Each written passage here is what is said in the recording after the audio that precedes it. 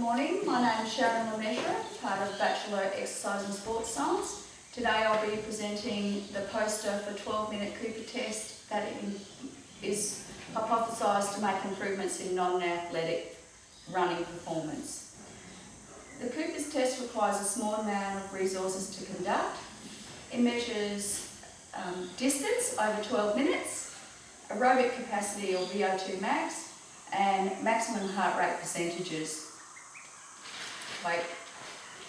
Limitations for the experiment were 8% deviation in general population for VO2 max and maximum heart rates calculation due to the variations in resting and maximum heart rates.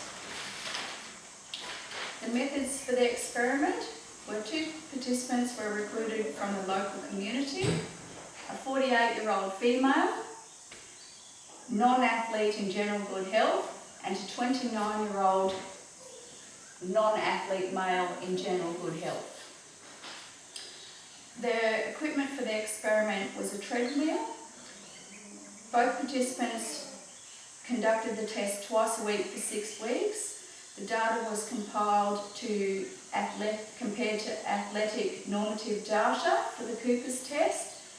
The distance was recorded and plotted on the graph. The VO2 max was calculated for the Cooper's test distance using online calculators. The heart rate percentage maximum was calculated from the VO2 max values using online calculators. The VO2 max and heart rate maximum percentages are represented in graphical.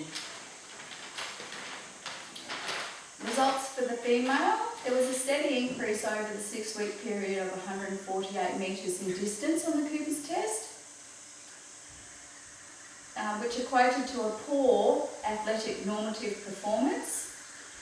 Bear in mind the person is a non-athlete. The VO2 max increased by 3.9 mils per kilo per minute. The heart rate increased by 2.08% over the 6-week period. For the male athlete, 214 metres was gained over the 6-week study period. The VO2 max was 4.87 increase mils per kilo per minute, which equated to a poor to fair athletic performance on the Cooper's test. The heart rate maximum percentage increased by 2.8% for the male non-athlete. Many in the general public do not directly record performance. The Cooper's test offers one variable measurement that can be used with online calculators to calculate the VO2 max and the heart rate maximum percentage for each performance. It's a goal-based performance activity so that athletes and non-athletes can see their increases at any given time. It's a short duration aerobic improvement program, so anybody can do it pretty much where there's a measured distance. The Cooper's test can be performed at any age, gender or fitness level.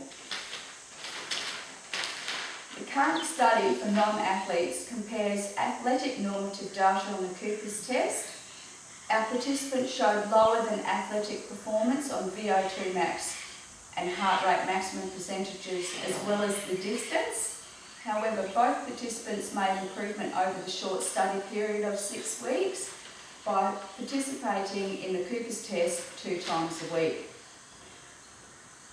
They both showed improvements on aerobic endurance by VO2 max values and a steady rise on the graphical data analysis. Thanks, Dan. It must be noted that the 48-year-old female participant made slow gains in the beginning of the research study with sustained improvement in the later part of the research project. Whereas the male 29-year-old made substantial gains early on in the study, and it flattened in the middle and made a steady increase and flattened towards the end of the study period.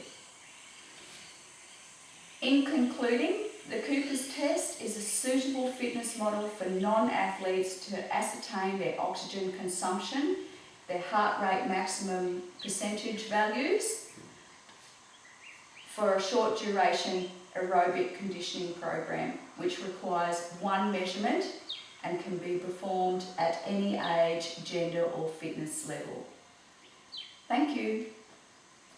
Thanks, Dan.